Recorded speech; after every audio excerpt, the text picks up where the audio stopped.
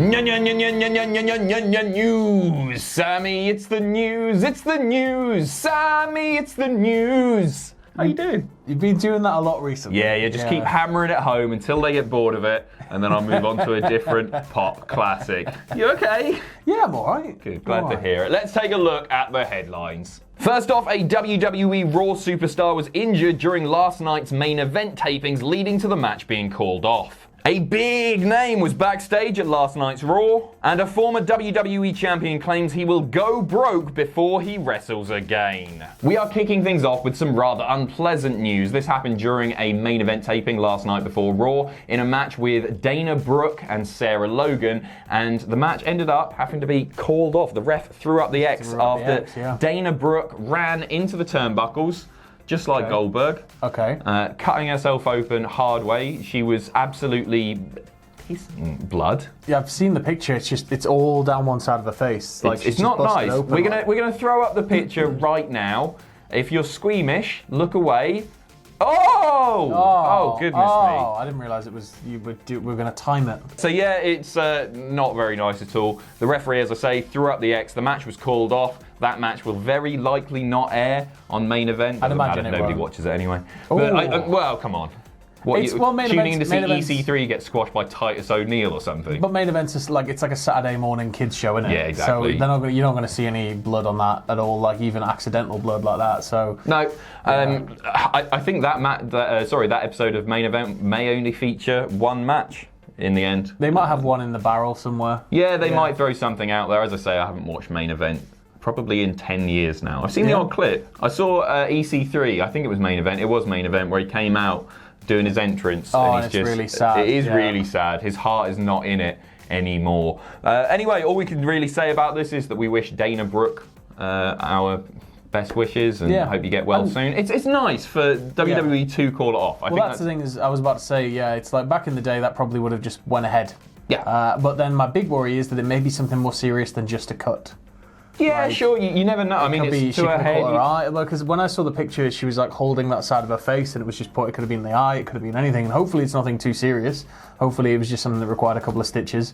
But it's good to see that WWE are looking out for their performers, and they don't want them to get hurt. One very nice thing, I saw a video on Twitter where she is walking back up the ramp. She's not requiring any real assistance, so it didn't look too serious. But all of the fans were chanting, "Thank you, Dana." And they were cheering her on and stuff. And that is nice. They weren't annoyed that the match had been called off. They just understood something really serious had happened. Yeah. Good job, wrestling fans. Next up, a big, huge name was backstage at last night's Raw, and that man is the Doctor of Thugonomics himself. It's John Cena was backstage at Raw last night. He, of course, didn't appear on the show at all. We haven't seen him properly since WrestleMania. It's been that long. He said WWE doesn't really need him anymore. Yeah, he was saying as well that WWE isn't going to have a top guy. It's all about everyone. He was the top guy. Roman Reigns apparently isn't the top guy. He's going Unfortunately, when you're promoting something with a sports slant to it, you sort of need top guys because they're the ones that are supposed to have the belts that everyone wants. Everyone can win some of the time. It doesn't matter. We don't need people with dominant victories or anything like that. Makes me really everyone sad just has a John laugh. Cena said that. Yeah, it is quite sad. He was backstage, essentially just visiting friends. Didn't appear on the show. They might have been filming something because Nikki and Brie were there also. They were filming, and Paige was backstage as well, filming for something to do with the Girl Up campaign that she's involved with at the moment. And I you know what? I really miss John Cena. Can you imagine saying that 5 years ago? Could you imagine saying that? It's not the same without him. It's genuinely not the same without him. And when he comes back now, it's like, there's a void that's empty. It's just there now. And now that he's gone, there's this. It's because there's not a top guy. Yeah. The top guy, I would argue, is probably Brock Lesnar. Love him or hate him, he's a draw, and he's actually, I don't want to say exciting to watch, but he feels like a big deal. Yeah. And Seth Rollins doesn't feel like that. Not yet, but he will. Hopefully one day with enough nurturing. You'd hope so, wouldn't you? Yeah. It's a troubling time for WWE. We've been talking about this a lot in recent weeks, but it does feel that something is desperately lacking, especially with star power. Yeah. Let's move on. Next up, a former WWE Champion has claimed that he will go broke before he ever wrestles again, and that man is Dave Drax Batista.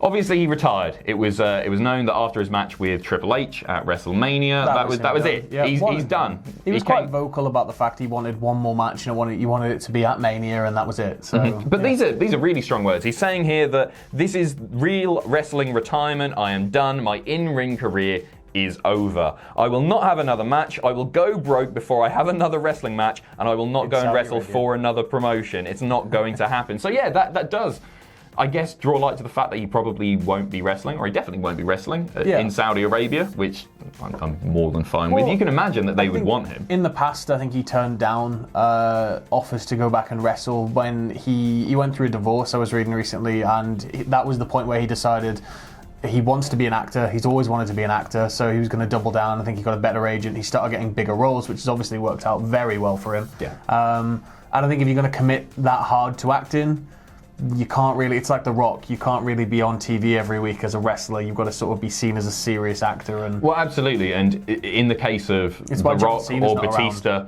it would be a PR disaster for them. Oh, God, you can imagine it would affect the Hollywood standing. They can't do that, yeah. No, they just can't. Which is fine. I guess we'll just see Flair versus Hogan next year. Versus Undertaker. Triple threat, eh? With Goldberg as special guest enforcer. Okay, yeah, that's good. As long as he's not wrestling again, that's Hall fine. and Nash on the outside. Okay, yeah, nice. Keep going. They jump the barricade. Jim Duggan, throw him in there. They cut the promo. Jim Duggan's just going to be wandering around. Not Kamala. Go on. No, that's just nasty. What are you on about? Oh, God, yeah, he's not a very well man, is he? All right, Erwin R. Shyster. Star power. So Batista, you can imagine AEW would even want to do something with him. It makes sense, wouldn't it? But he's one of the biggest names still in top physical condition. Oh yeah, he can still go. So, I actually enjoyed the match at WrestleMania as well. It went on his a bit, but the slamming the door and that stuff, that was fun. Yeah, it was all good stuff. Batista, come back, but not in Saudi Arabia. Or if you're happy, don't come back. Let's move on again. Next up, new matches have been announced to Stomping Grounds. 2 new matches were advertised last night. We're going to go through the entire card for you now. It's difficult to work out here what's going to be the main event because the card is so unbelievably lackluster. This is one of the worst cards in recent memory. Fortunately, a good match was announced last night on Raw. We'll get to that in a second. First off, I guess this is going to be the main event. Seth Rollins versus Baron Corbin with a to-be-announced special guest referee. You've got Kofi Kingston versus Dolph Ziggler in a steel cage. Becky Lynch versus Lacey Evans for the Raw Women's Championship. Bayley versus Alexa Bliss for the SmackDown Women's Championship. Announced last night after what was actually a really good 5-way. It's going to be Samoa Joe taking on Rick O'Shea. Okay, that's going to be a great match. For the US title. That is going to be a great match. Yeah. If they give it time, you can imagine that out of all of these being match of the night. I'm a big fan of big guy versus flippy guy. That's one of my favourite styles of wrestling, where you can just pick him out the air, or the little guy can sort of work his way around him with speed. I'm all for it. I keep an eye on WWE's social media when they make these announcements and when these results happen, and it's always people just responding with gifs like same old shh or the Vince McMahon meme or whatever, just like people not enjoying it. But people are actually really into this, and so am I. I hope they give it time. I hope it's a good match. Roman Reigns versus Drew McIntyre in a WrestleMania rematch. For nothing, expect Shane to get involved, obviously. Another newly announced match is Big E and Xavier Woods taking on Kevin Owens and Sami Zayn in what sounds to me like a SmackDown main event. Yeah. It's just another match. Can't get too excited about it. Yeah. Nice to see Big E back in his first pay-per-view back following injury and everything, but meh. And finally, Tony Nese versus To Be Announced. I guess we will find that out tonight, right? Yes, I imagine we'll find out tonight on 205 Live. The thing I'm going to say about this is, does it feel, aside from the Samoa Joe Ricochet match, which people are really excited for, does this feel like maybe the most house showy US pay-per-view card in recent memory? Yeah. It's just a bad card. There's not a lot to get excited about. It looks like one of the UK exclusive, like an Insurrection. It looks like that sort of pay-per-view where it's like, all the belts are here, but don't expect much to happen. There are a few missing names here. I think the most obvious is probably, except for Brock Lesnar, Finn Balor. Yeah. Finn Balor's not on the card, the Intercontinental Champion. They might set up an Andrade match tonight. Maybe, who knows, but still, there's not a great deal to be excited about. And by the way, before we move on, look at that logo, the absolute state of that. It's a big shoe. It's a big shoe. It's great. Maybe the stage will have a big boot, like, the SmackDown fist. They don't do custom. If they're going to have a pyro, they're not going to have a big bloody cat. They'll have the old SmackDown Doc Martin on the thing. But instead of a fist, it's just the bottom of a shoe. Seth comes out shouting. What am I on about? Yeah, no pyro. Instead of it's raining sparks, it's just raining shoes. Black eyes everywhere. Next up, Clash of Champions. The date and location of that pay-per-view have been announced. The company will hold the show in Charlotte, North Carolina, woo! At the Spectrum Center on Sunday, September the 15th. And this will be the first WWE pay-per-view in Charlotte in over a decade. That's interesting, though, isn't interesting, it? Yeah. There are 2 announced matches. Don't read into these too much because these are locally advertised. It's going to change. It won't be these. But currently, it's Kofi Kingston versus Dolph Ziggler.